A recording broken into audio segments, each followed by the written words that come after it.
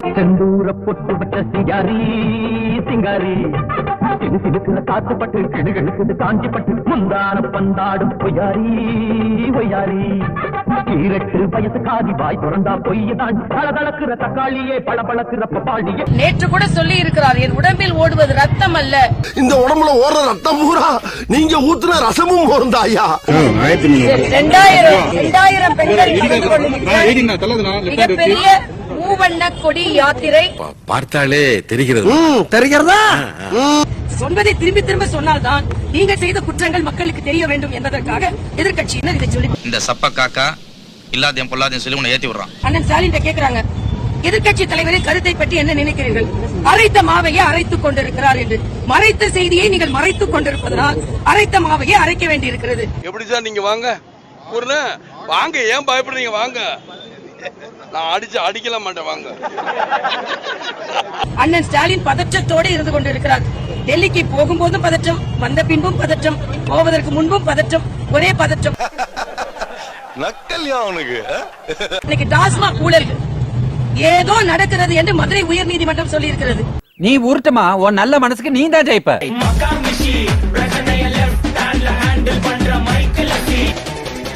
வந்துட்டாயா வந்துட்டாயா. போய் சொல்ல போறேன், போய் சொல்ல போறேன்.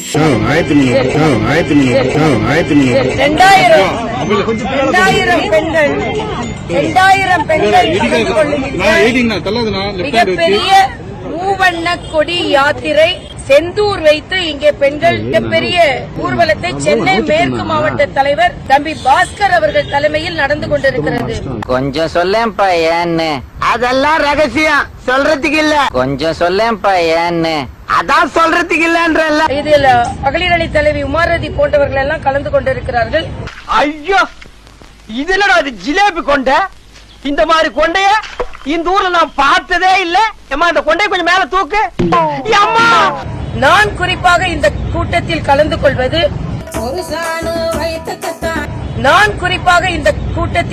கொள்வது பெண்கள் எங்கெல்லாம் பாதிக்கப்படுகிறார்களோ அங்கேயெல்லாம் ஒரு சகோதரனாக நமது பாரத பிரதமர் அவர்கள் அவர்களுக்கு உறுதுணையாக நின்று கொண்டிருக்கிறார்கள். அது என்னமா கொஞ்சம் கூட வெக்கப்படாம பேசிட்ட? நேற்று கூட சொல்லி இருக்கிறார், என் உடம்பில் ஓடுவது ரத்தம் அல்ல, இந்த உடம்புல ஓடுற ரத்தம் பூரா நீங்க ஊத்துன ரசமும் போர்ந்தாயா. இந்த உடம்புக்குள்ள பின்னி பிணைஞ்சு ஓடிக்கிட்டு இருக்க நரம்பு பூரா நீங்க போட்ட நூடல்ஸியா. என் உடம்பில் ஓடுவது செந்தூரம். என் சகோதரிகள் நெத்தில் வைக்கும் செந்தூரத்திற்கு ஏதாவது ஒரு ஆபத்து வந்தது என்றால் நான் சும்மா இருக்க மாட்டேன். பெரிய ராஜராஜ சோழன் அப்படியே கத்தி எடுத்து சண்டை போட்டு சொடக்கட்டின்னு ஜெயிச்சிருவாரு. நீங்கள் குண்டை நீங்கள் எங்களுக்கு வீசினீர்கள் என்றால் நாங்கள் பீரங்கியை வைத்து உங்களை எதிர்கொள்வோம் என்று அவர் சொல்லி இருக்கிறார். வந்துட்டாலும் அதனால் பாரத பிரதமர் அவர்களுக்கு நன்றி சொல்லும் ஒரு யாத்திரையாகவும் நமது ராணுவத்திற்கு நன்றி சொல்லும் யாத்திரையாகவும் இது நடைபெற்றுக் கொண்டிருக்கிறது. இவனுக்கு முகரக்கட்டையெல்லாம் பார்த்தாக்க அவ்வளவு நல்லவனுக மாதிரி தெரியலையடா. எதிர்கட்சிகள் கூட இன்றைக்கு பாத்தீங்கன்னா பாரத பிரதமர் எவ்வளவு பரந்த மனப்பான்மை உள்ளவர் என்றால் எதிர்கட்சி பாராளுமன்ற உறுப்பினர்களை கூட தலைமை தாங்க செய்து அவர் இன்று வெளிநாடுகளுக்கு சென்று ரஷ்யா போன்ற நாடுகளுக்கு சென்று நமது நாட்டின் நிலையை உணர்த்துவதற்கு ஏற்பாடு செய்திருக்கிறார். இந்த மாதிரி எல்லாம் பேச சொல்லி யாரா சொல்லி கொடுக்குறா? உடனே பாகிஸ்தானும் நானும் அனுப்புறேன் அப்படின்னு சொல்லி அனுப்புகிறார்கள். மக்களுக்கு நன்றாக தெரியும். குறும்பு அந்த விளையாட்டுத்தலம் போகவே இல்லப்பா. ஜெய்சங்கர் அவர்களின் திறமைக்கு எதிராக ராகுல் காந்தி பேசுவது நிச்சயமாக கண்டிக்கத்தக்கது. இந்த சப்ப காக்கா இல்லாதையும் பொல்லாதையும் சொல்லி உன்னை ஏத்தி விடுறான்.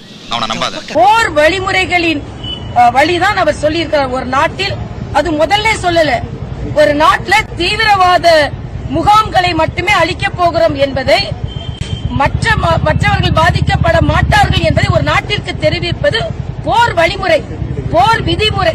ஒன்னும் கவலைப்படாத, நான் கேக்குறேன். என்ன இருந்தாலும் நீ செஞ்சது தப்பு தான். அந்த ஆளை யாருன்னு நினைச்ச? அவருடைய ரேஞ்ச் என்ன தெரியுமா? மரியாதை என்ன தெரியுமா? அவர் வைகை புயல் தெரியுமா உனக்கு?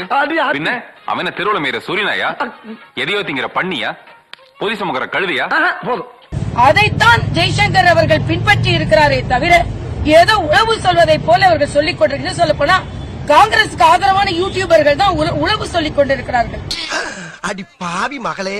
முதலில் ராகுல் காந்தி நம்ம நாட்டை பற்றி வெளிநாட்டுக்கு சென்று தவறான கருத்துக்களை பரப்புவதை நிறுத்த வேண்டும்.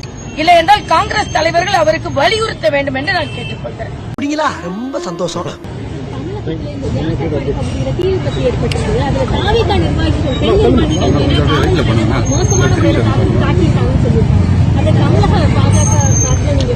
ஆமா தம்பி, விஜயோட அறிக்கையை நான் பார்த்தேன். அவரோட அறிக்கையை நான் பார்த்தேன். கேப்புல பூந்து கடாவை வெட்டுறான் கொய்யால சினேக்கு.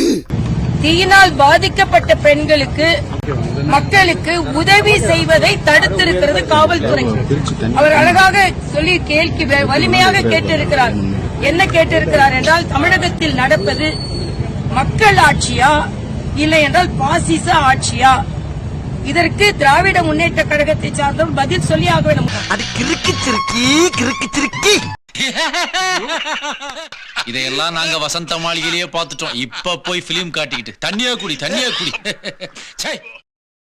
நாங்க மும்மொழி கொள்கைக்கு ஆதரவாக கையெழுத்து வாங்க போனது போது கூட எங்களை கையெழுத்து வாங்க விடாமல் 3 மணி நேரம் வெயிலில் நிக்க வைத்தார்கள்.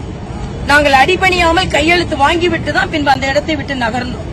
சென்னை காரப்பாக்கத்தில் மும்மொழி கொள்கைக்கு ஆதரவாக பள்ளி மாணவர்களுக்கு பிஸ்கட் கொடுத்து பாஜகவினர் கையெழுத்து வாங்கியுள்ளனர். சென்னை அடுத்த காரப்பாக்கத்தில் அரசு உயர்நிலைப் பள்ளி செயல்பட்டு வருகிறது. இந்நிலையில் இந்த பள்ளிக்கு அருகே மும்மொழி கொள்கைக்கு ஆதரவாக பாஜக சார்பில் கையெழுத்து இயக்கம் நடைபெற்றது. அப்போது பள்ளி முடிந்து வீடு திரும்பிய மாணவர்களை அழைத்து பாஜகவினர் கையெழுத்து பெற்றனர். மாணவர்கள் ஒவ்வொருவரையும் வலுக்கட்டாயமாக எழுத்து கையெழுத்து போட சொன்னதை காண முடிந்தது. தொடர்ந்து திராவிட முன்னேற்ற கழகத்திற்கு ஒரு பயம் இருக்கிறது.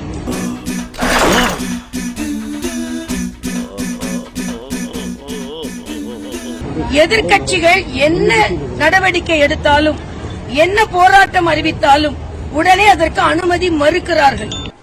இதெல்லாம் புயல் காத்துல உட்காந்து எவனா பொறி சாப்பிடுவான், அவங்கிட்ட போய் சொல்றா. இது கண்டிக்கத்தக்கது. அவர்கள் இன்று ஒரு பதற்றத்தில் இருக்கிறார்கள். எதிர்க்கட்சிகள் எதை செய்தாலும் அவர்கள் இன்று பயப்படுகிறார்கள். அப்படியெல்லாம் ஒண்ணு இல்லையே. தங்களை பற்றிய மோசமான ஒரு ஆட்சியை பற்றி மக்களுக்கு தெரியப்படுத்தி விடுவார்கள் எதிர்க்கட்சியினர் என்று பயப்படுகிறார்கள். என்ன போக்கு எதிர்க்கட்சியார் என்ன நினைப்பா? அண்ணன் ஸ்டாலின் பதற்றத்தோடு இருந்து கொண்டிருக்கிறார். டெல்லிக்கு போகும்போதும் பதற்றம், வந்த பின்பும் பதற்றம், போவதற்கு முன்பும் பதற்றம், ஒரே பதற்றம். இன்னைக்கு டாஸ்மாக் ஊழல்கள் ஏதோ நடக்கிறது என்று மதுரை உயர்நீதிமன்றம் சொல்லி இருக்கிறது. நீ ஊர்ட்டமா, உன் நல்ல மனசுக்கு நீ தான் ஜெயிப்ப. டாஸ்மாக் முறைகேடை பற்றி பத்திரிகைக்கு பேட்டி கொடுத்த ஊழியர்களை நீக்குவோம் என்றால், பத்திரிகைக்கு பேட்டி கொடுத்த ஊழியர்களை நீக்குவோம் என்றால், முறைகேடில் ஈடுபட்டவர்களை என்ன செய்வது? ஏதோ டெல்லி உச்ச நீதிமன்றம் விடுமுறைக்காக இடைக்கால தடையை கொடுத்தது, ஏதோ டாஸ்மாக்ல இருந்து இங்க ஊழலே இல்லாம வெளிவந்ததை போல நாடகம் ஆடிக்கொண்டிருக்கிறார்கள். அந்த குடிமையை வாயாலே எப்படின்னே சொல்லுவேன். சீனியர் ஜட்ஜி கேக்குறாரு, அப்ப உங்ககிட்ட பிரெடிகேட் ஆஃபென்ஸுக்கான எவிடன்ஸும் இல்ல, எஃப்ஐஆர் போடப்பட்டது, குற்றம் நடந்தது அதிமுக ஆட்சி காலத்துல, திமுக ஆட்சி காலத்தை குற்றம் சொல்லிட்டு உன்னை அசிங்கப்படுத்தினதுக்கு 6 நாள் அரசாங்க லீவே உள்ளாம் போல. அவ்வளவு பெரிய அகாடா நீ. கருப்பு பணம் வெள்ளை பணமாக மாற்றப்பட்டு எங்க செலவு பண்ணிருக்குங்கிற ஆதாரம் ஈடிட்ட இருக்கணும். நாம இவனை கிண்ணோம்னா பல வெரைட்டிஸ்ல சீன் கிடைக்கும். பேச்சு கொடுங்க அப்படின்னு புரியுற மாதிரி சொல்லுங்க சார். புரியலையா தம்பி? நீங்க சொன்ன மாதிரி பிரெடிகேட் ஆஃபென்ஸ் என்னன்னு ஜட்ஜி கேக்குறாரு. பிரெடிகேட் ஆஃபென்ஸுக்கு ஆதாரம் என்னன்னு கேட்டப்ப எஃப்ஐஆர் காட்டுறீங்க. அதிமுக ஆட்சி காலத்தில் தனிநபர் செய்த ஊழலுக்காக, அதாவது லஞ்சம் வாங்கின குற்றத்துக்கான எஃப்ஐஆர் தான் பிரெடிகேட் எவிடன்ஸ் நீங்க காட்டுறீங்க. அதிமுக ஆட்சி காலத்துல போடப்பட்ட பிரெடிகேட் ஆஃபென்ஸுக்கான எவிடன்ஸ் எஃப்ஐஆர் திமுக ஆட்சி காலத்துல 1000 கோடி ஊழல்னு வாய்க்கிளிய வக்கன பேசினாங்க. நீ கேட்ட ஒவ்வொரு கேள்வி என்ன செருப்பால் அடிச்ச மாதிரி இருக்குடா. சரி, ஃபீல் பண்ணாத. நீதிபதி ஒரு வார்த்தை சொல்றார், மனிதத்தன்மையற்ற செயலோடு ஈடி செயல்படுகிறது. வானலாவு அதிகாரம் உங்களுக்கு யார் கொடுத்தது? உள்ளுக்குள்ள உறுத்தல பொறம்போ அப்படின்னு உங்க மனசாட்சி உங்களை பார்த்து கேள்வி கேட்காத மிஸ்டர் பார்த்தசாரதி. நீதிமன்றத்திலையும் அதைத்தான் பேசினாங்க. இன்னைக்கு ராஜு பேசுறப்ப நீங்க ஜட்ஜி ஏன் கடுப்பானார்னா, ஒண்ணு இப்ப இருக்க சினாரியோவோ பேசு, இல்ல எஃப்ஐஆர் பேஸ்ல பேசு. எவிடன்ஸும் டாக்குமெண்ட்டும் தான் இடிக்கு வரணுமே தவிர நீங்க பாட்டுக்கு உள்ள போயிட்டு இப்ப டிரான்ஸ்ஃபருக்கு இப்ப போஸ்டிங்க்கு அப்படிங்கிறது உங்க எவிடன்ஸ் கிடையாதுன்னு சுப்ரீம் கோர்ட் முடிச்சாரு. நயினார் நாகேந்திரன் ஓட்டுக்கு பணம் கொடுத்தாருன்னு ஒரு 4 கோடி ட்ரெயின்ல புடிச்சீங்க. ஆர்கே சுரேஷ்னு பிஜேபி நிர்வாகி ஒருத்தர் வந்து ஃப்ராட் பண்ணிட்டு போனாருன்னு கேஸ் போட்டீங்கல்ல, அதெல்லாம் என்ன சார் பண்ணலாம்? அதை என்ன பண்ணலாம்? இதெல்லாம் எப்படின்னு எல்லாம் தொலைநோக்கு பார்வையோட போகணும்டா. அஜித் பவார் சுவந்த அதிகாரி சொன்னாரு, நான் இப்ப வந்து மம்தா கிட்ட இருந்து பாஜகவுக்கு வந்துட்டேன், கதவை திறந்து வச்சுக்கிட்டு தூங்குறேன், கதவை திறந்து வச்சுட்டு தூங்குறேன், ஏன்னா நான் பாஜக சேர்ந்துட்டா ஈடி வராதுன்னாரு. அதுதான் ஈடியோட லட்சணம். யாரும் பார்க்கல. இங்க 100 பேர் யாரும் பார்க்கல வச்சு டாஸ்மாகில் ஏதோ நடக்கிறது என்று மதுரை உயர்நீதிமன்ற கிளை சொல்லிவிட்டது. ஸ்டாலின் அண்ணன் ஸ்டாலின் கேக்குறாங்க, எதிர்க்கட்சி தலைவரின் கருத்தை பற்றி என்ன நினைக்கிறீர்கள்? அரைத்த மாவையே அரைத்துக் கொண்டிருக்கிறார் என்று. மறைத்த செய்தியை நீங்கள் மறைத்துக் கொண்டிருப்பதனால் அரைத்த மாவையே அரைக்க வேண்டி இருக்கிறது. பையனை கூட்டிட்டு போய் வேப்பல் அடிக்கணும் போல் இருக்குது. நீ சிரிக்காத ஆத்தா, நாங்க போறதுக்கு அப்புறம் உங்களோட காட்டுக்குள்ள உட்கார்ந்து சரி சொன்னதை திரும்பி திரும்ப சொன்னால்தான் நீங்கள் செய்த குற்றங்கள் மக்களுக்கு தெரிய வேண்டும் என்பதற்காக எதிர்க்கட்சியினர் இதை சொல்லி. இந்த வீடியோ உங்களுக்கு பிடிச்சிருந்தா கண்டிப்பா லைக் பண்ண மறக்காதீங்க. அப்படியே உங்க நண்பர்களுக்கும் ஷேர் பண்ணுங்க. நீங்க பண்ற ஒவ்வொரு லைக்கும் தான் இந்த வீடியோவை மற்ற நண்பர்களுக்கும் கொண்டு போய் சேர்க்கும். மறக்காம சப்ஸ்கிரைப் பண்ணுங்க. உங்க கருத்துக்களையும் கமெண்ட் பாக்ஸ்ல பதிவு பண்ணுங்க.